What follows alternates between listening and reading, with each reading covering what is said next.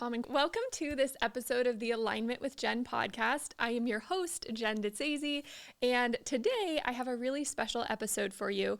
One of the most common questions that I get is, Jenn, how can I manifest the things that I want in my life faster, right? We always want to go faster. And I want to answer this question from a slightly different angle, because manifestation is not about finding the perfect technique, doing the perfect thing. It is about becoming a new version of yourself. So I want to explain this of how a master manifestor, someone who's an exceptional manifestor, is able to manifest things faster.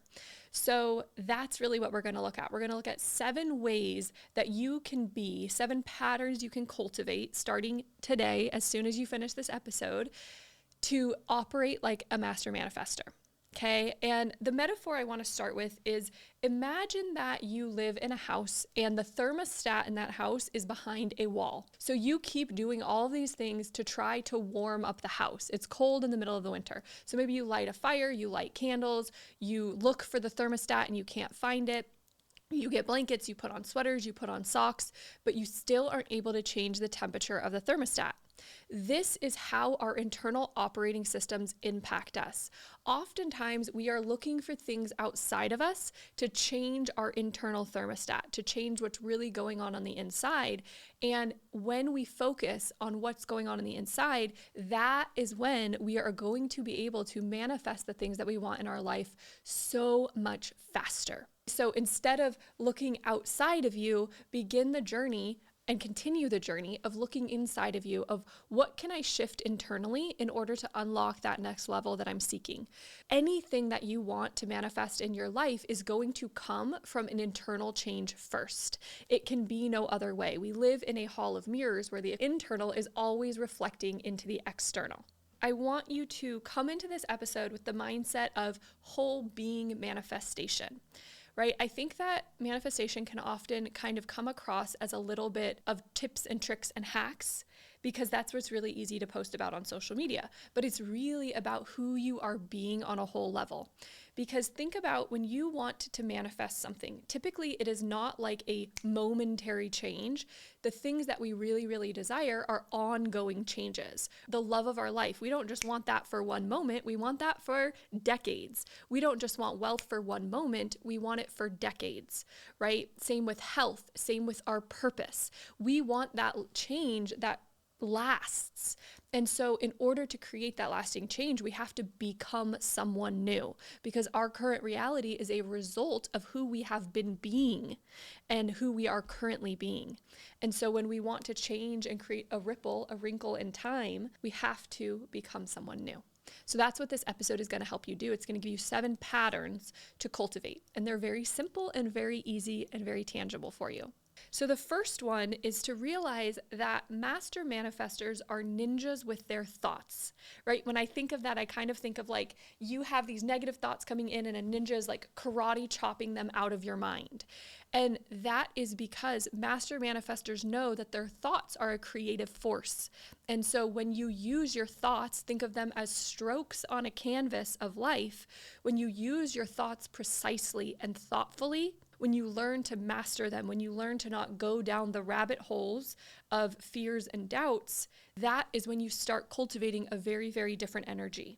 And this seems so simple, but it can be very difficult in our modern society when we have so many inputs, right? Social media, billboards, conversations that we overhear in cafes. There's so much input that we're experiencing that it can be difficult, because our thoughts are not just our own. We are a receiver. Our brain is a receiver and a transmitter of information. And so we're receiving information at all moments.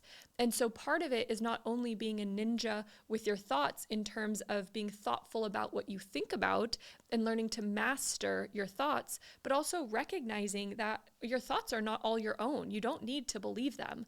Just because you think about something really sad or really awful happening doesn't mean that you have to keep putting energy into that thought. A really, really simple tool that I love is when I think a thought and I'm like, holy cow, that is not who I want to be.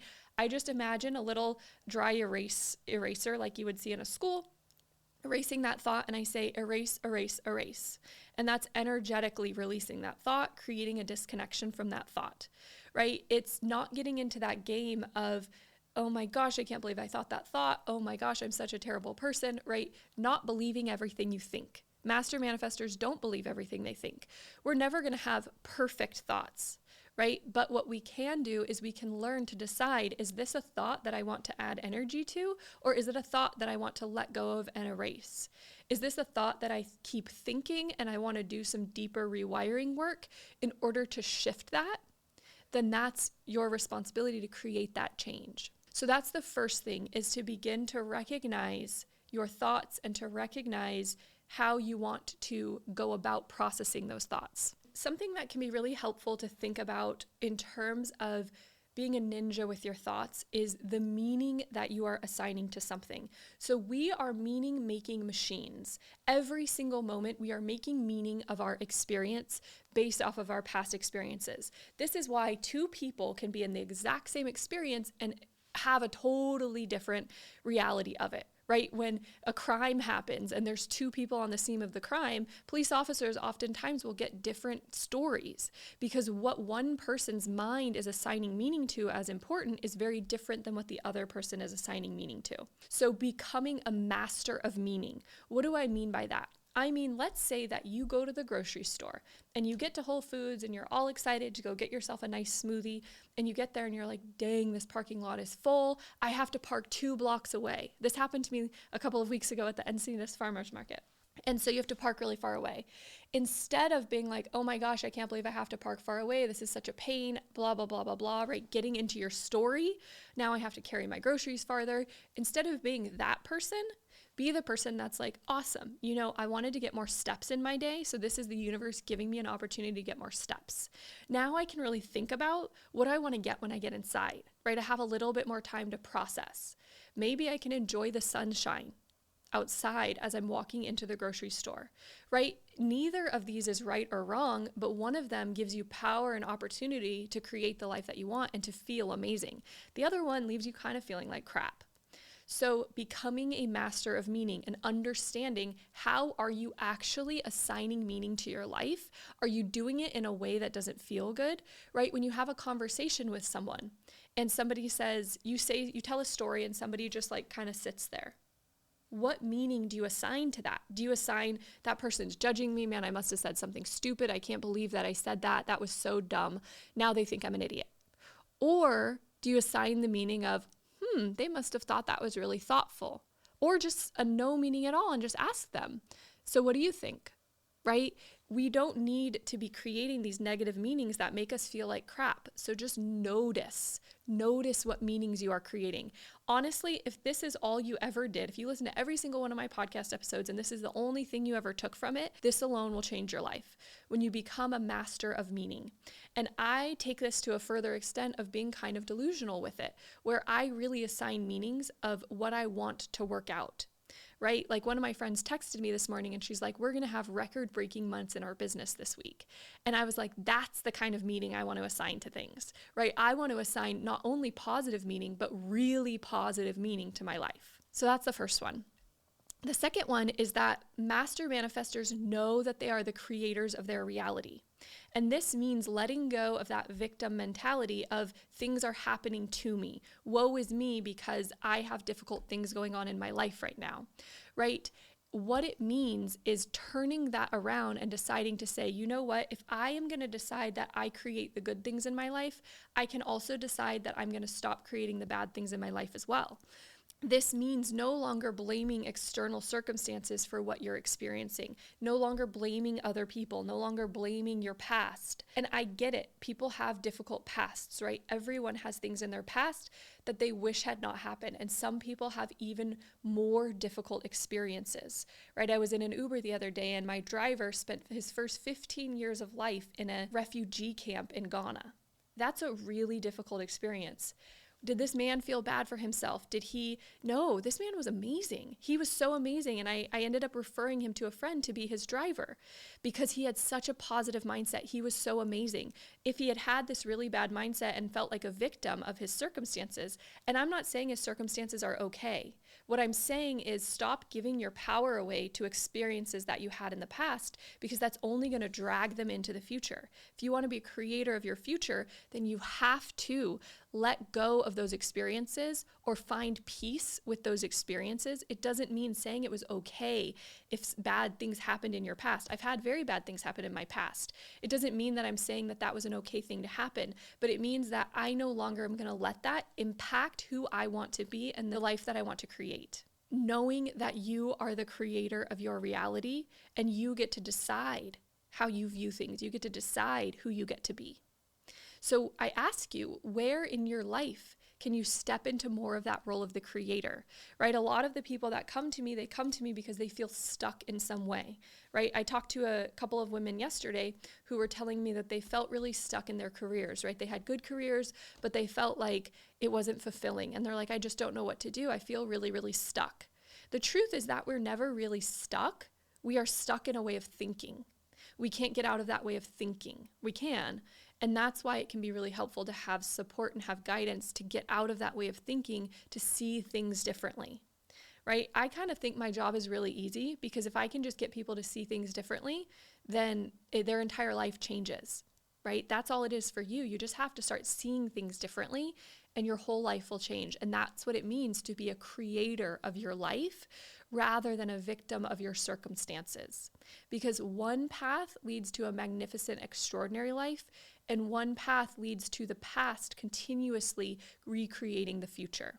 Number 3, and this one is going to be kind of difficult for some people. Master manifestors are excellent receivers. For many people to manifest their next level, all that they have to do is become better at receiving. Because the universe, when you ask, it is always given. And so it is your ability to allow that to come into your experience, to be a really good receiver that will allow that to happen for you. So a way that you can kind of recognize your ability, your receiving thermostat, is how do you feel when people compliment you? Do you brush it off? Do you feel the need to constantly compliment them back? Do you feel the need to say, oh no, I just got this shirt at, the Goodwill. It's no big deal, right? Or are you able to just accept it and say, thank you so much, I love this shirt. Or thank you, I do feel pretty today, right? That one would probably feel edgy for some people. How do you feel when people offer you help? Are you able to accept that help? Are you able to accept it, or do you feel the need to reject it? Because all of these micro ways, we're seeing our ability to receive. And that is mirroring our ability to receive the things that we are manifesting from the universe. How do you feel when you receive more money? Do you feel excited about it, or do you feel an anxiety come up of, oh, this is going to go away, or I don't deserve this, right? Noticing in those micro moments how you're receiving, your relationship with receiving is evolving. Because what can oftentimes happen is if we grow up in an environment where receiving is not something that is easily done, right? Maybe I remember growing up and there was this whole thought process of being conceited. Like all the girls at school would talk about, oh, you don't want to be conceited. So as a result, it wasn't okay to talk about your accomplishments. It wasn't okay to accept compliments, right? And that was at pretty formative years for me. And I think that was pretty common if you grew up in the early 2000s like I did. Noticing those experiences that you had and how they affect your ability to receive acknowledgement, receive praise, receive love as you grow older. Because the more that you expand your ability to receive, because receiving is so connected to worthiness, the more that you expand your ability to receive the things in your life that you're asking for, that next level of income, that new job, that new relationship, right? Especially in relationship dynamics. There's a spiritual law called the law of giving and receiving. And it's essentially this idea that there's an energetic flow that is constantly happening in the universe. Thinking of it of like waves in the ocean, right? The waves go out and then they come back into the shore. And it's constantly happening that way all around the world. That's the same with giving and receiving. We are designed to actually feel like giving and receiving are the same things. Because have you ever given and it's felt really, really, really insanely good? I feel like that whenever I give things to my niece and nephew. I bought my nephew this Pokemon toy and he was so happy. And I'm like, man, I think I might have gotten even happier out of giving him that Pokemon toy, right? When we can get to a place where giving and receiving both feel exceptionally good for us, that is when we become a really, really powerful manifestor. So noticing how that plays in your life, right? Do you contract around receiving? Do you contract around giving? Are you kind of a stingy person? Or are you so comfortable giving, but not comfortable receiving? So just noticing this for yourself. Number 4, master manifestors have a regulated nervous system. Your nervous system is kind of your internal thermostat. If you hit a peak where you're like, oh my gosh, this level of exposure on social media, this level of growth in my career is starting to feel really uncomfortable. This is when self-sabotage can happen. And that lives in our subconscious mind and our nervous system. I really consider the subconscious mind and the nervous system are so intimately connected. They're really one and the same, actually. Noticing for yourself how your nervous system responds in these different areas in your life, especially the areas where you want to manifest more. Do you feel a contraction when you start to get close to having what you want? You start to get intimate or feel really connected to someone? Do you start wanting to pick fights, right? That is your nervous system's threshold. And being able to understand that and being able to do that rewiring work so you can hold that larger capacity is going to allow you to manifest more things into your life. And that's sort of what I think of your nervous system is as your capacity. Because what's going to happen is things can be getting really, really, really good. Then you hit that certain temperature and your mind and your nervous system are like, oh, hold on, that's uncomfortable. And it'll start to bring you back down, right? Through micro behaviors. This happened to me last year in my business. And I look back now and I'm like, whoa, like you know this stuff. And I still didn't even see it. Where for about 2 months, I was really not showing up how I wanted to in my business. I wasn't being consistent with the things I needed to be consistent with. I wasn't posting content like I wanted to post content. And I wondered why my business had plateaued. I couldn't figure it out. This is how powerful the subconscious mind is. You're like, isn't that obvious? It wasn't obvious to me because I was sabotaging because I had hit that threshold. I had hit a new point in success and I felt uncomfortable. So I subconsciously sabotaged it. And so I did, of course, my own rewiring work that I do with my clients. And then it has flowed so smoothly since then. And then a couple months later, my podcast started doing really well. Noticing your nervous system's capacity. Where do you expand? Where do you contract? What causes you to contract? Number 5, master manifestors have certainty. They are very, very certain that not that everything is going to go exactly how they want it to go, but that everything is good and everything is from the creator, from the universe. Meaning that the good and the bad are all good because they are all leading me to the path, my highest path. Knowing that the universe is never doing anything to you, the creator, God, whoever you want to name it, I don't mind, you choose whatever feels good for you. The universe is never doing anything to you. The universe is always doing things for you. So if something looks bad, I get kind of excited because I'm like, you know what? I know something really good is going to come out of this. And even as I'm saying that, I'm like, oh, you can see that in a new area of your life, Jen, right? Even I need to be reminded of these concepts. We all do. We need to steep ourselves like a little tea bag in this information because it needs to become the fabric of who we are. And if we get too far away from it, we can forget. So certainty. There's a spiritual teacher that I follow, and he talks a lot about how the most successful people, one of their greatest attributes is that they have immense certainty. And I see this in my most successful friends. I have a friend who moved to the US from the UK, moved here. His business in the UK was doing millions a year. It went completely under. He went millions into debt. He moved to the US. He invested in $100,000 masterminds with no money. He invested fully in himself. Within a couple of years, he had rebuilt a multi-million-dollar business. One of the qualities that he cultivated, that he just has within him, is certainty. He has this certainty that everything is good. And he talks about that when his business went under really positively because of how much he learned. And he says, if that hadn't happened, I don't think I'd be able to build the level of business that I'm now building because I didn't have the vessel to hold it. I didn't have the capacity for it. So certainty is knowing that even when things don't look exactly how you want them to look, even when things seem difficult, knowing that this is all good and everything is actually happening in your favor. It's kind of a tricky one to remember sometimes, right? Number 6, is master manifestors live in integrity. What do I mean by that? What I mean is that master manifestors know who they are, they know their values, they know what kind of person they want to be in the world, they know their goals, and they live in alignment with that. They're not the kind of person that says, I want to be really fit and healthy, but I'm not really willing to go to the gym consistently, right? Sometimes I'm going to watch Netflix instead of go to the gym. There's an incongruity there, and we feel it, right? When you do things like that, when I do things like that, I don't feel good, and I'm sure you don't either, because there's a dissonance that's created. We're not living in alignment with who we know we want to be. And so master manifestors live in that alignment. If they say they want to start a business, they show up for that. They figure it out.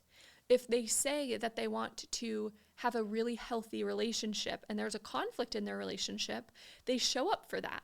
They have the hard conversations, right? Integrity is huge because without integrity, we subconsciously experience this dissonance where we don't feel worthy of the things that we want to receive. And so when we create that integrity, we create a very coherent energy and a very coherent field. Number 7 is they are grateful. They are so insanely grateful. Master manifestors cultivate gratitude. And you're probably like, well, that's an easy one. But I don't mean like how the average person sometimes thinks of things to be grateful for. I mean, master manifestors are grateful all of the time. They're grateful for what I talked about before, the good and the bad. When something bad happens, I went to see this spiritual teacher speak, and he gets on stage and his mic isn't working. And he just says, oh, this is good. And I was like, it really stuck with me because even in that moment when other people would have been frustrated or would have been, okay, come on, let's get this mic fixed. He was like, this is good. This means that our conversation today is going to be really, really good because we've had to overcome something in this day. So master manifestors are grateful for every single thing in their lives, the good and the bad. And they don't just passively be grateful, they actively be grateful. I don't know if that's proper English, but I know you get my point. They cultivate gratitude by practicing it. So a practice that I love to do, and if I don't do this, my whole day feels off, is I wake up in the morning, I do a little bit of getting ready, I'll eat, I'll do those kinds of things, and then I'll take my dog on a walk. And as soon as I step out the door, I start talking to the universe, to the creator, and I talk about all the things I'm grateful for. The really small things, the really big things, the people I'm grateful for, and it puts me in such a great frequency for the day that there's a distinct difference when I do that and when I don't. So they practice gratitude. And the more that you practice gratitude, the more that you have things to be grateful for. Because that frequency will attract like experiences, right? More things to be grateful for. I hope you have loved this episode. If you want help with cultivating these things, with becoming a master manifestor, with rewiring the thought patterns and the beliefs and the fears and the aspects of you that you feel are holding you back from your greatest potential, send me a message on Instagram at Alignment with Jenn with the word podcast in it, and I'll send you a 5-minute video about my program, The Infinite Experience, where I guide you through this process. So I hope you loved this. I'll see you in the next episode.